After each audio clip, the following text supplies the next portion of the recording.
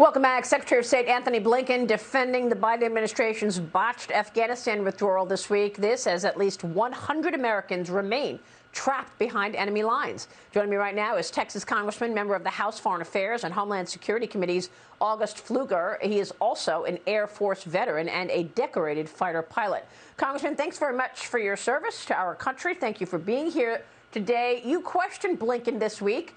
What was your takeaway?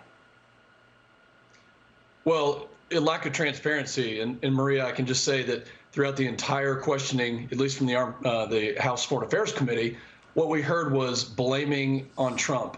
It's Trump's fault. Trump did this. It was his policy. My question is, you guys have been in this administration and in the White House for over 8 months. This is your plan.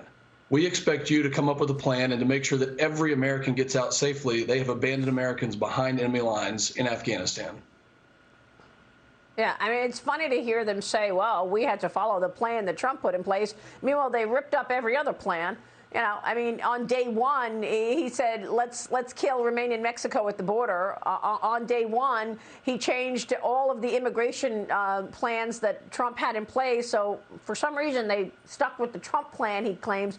I actually spoke with members of the Trump administration, and they told me their plan was to leave Bagram Air Base in place with a minimal force there. You have been working with a group to help rescue 500 Afghan pilots over the weekend. What can you tell us about that? How many Americans are still behind enemy lines? Do we know?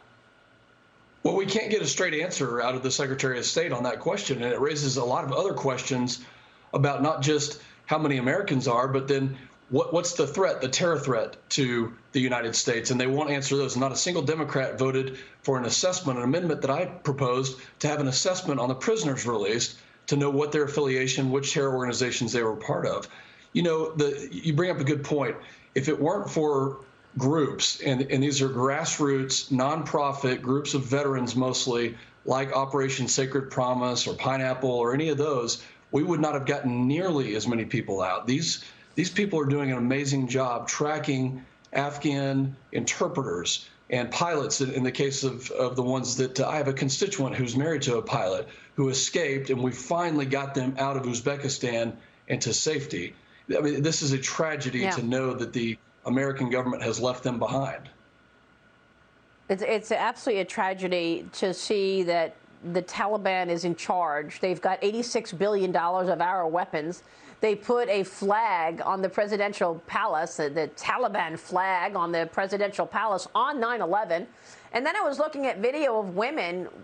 Women were being whipped. They had whips against women. I mean, when you look at the heartbreak that's going on for Afghan women and the Afghan people, and then you compare that to the heartbreak happening at our border.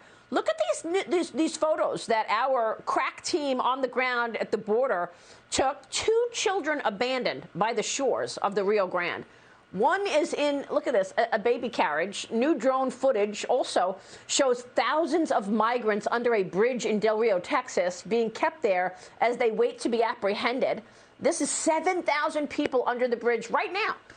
Overall, for the month of August, more than 200,000 people were apprehended, and that is a 317% increase from the same time last year. 208,000 in August. In 2020 August, it was 50,000. Congressman, your reaction to these latest numbers? Well, they're just incredible. We've been saying this the entire time that Biden has been in the White House, and he has completely abandoned us here. Now we know with the Afghanistan debacle that this is the way that they operate. You know, we have a lot of questions for the administration when it comes to the terror threat. We have been pressing them to release the numbers of known or suspected terrorists. We heard what the border chief, the outgoing border chief, said, that he was extremely alarmed about that number. But we need, the American public deserves to have some transparency. And then you see the heartbreak and the human side of this in Del Rio and other places, which is only a couple hundred miles from my hometown. It is not just a debacle. It's an abandonment of security for our country. Yeah. So will there be accountability, Congressman? I mean, the administration refuses to call what's taking place at the border a crisis. And now we've got another crisis with Afghanistan becoming a new terrorist haven. Do you think anybody will take responsibility and actually resign as a result of all of this? Well, they can't even answer a question transparently. And I'm just waiting for one Democrat to stand up and to say, enough is enough. We care about America. This is not partisan. This is our security. The terror threat is rising. I'm waiting for one to stand up and do the right thing. I mean, it's amazing to go through an entire hearing on Homeland Security, an entire hearing on House Foreign Affairs Committee, and not be focused on what the terror threat is and our security interest for this country. Yeah, it's true. Congressman, thanks very much for your efforts. We'll be watching. Congressman August Pfluger, we will see you soon. Thank you for joining me this morning.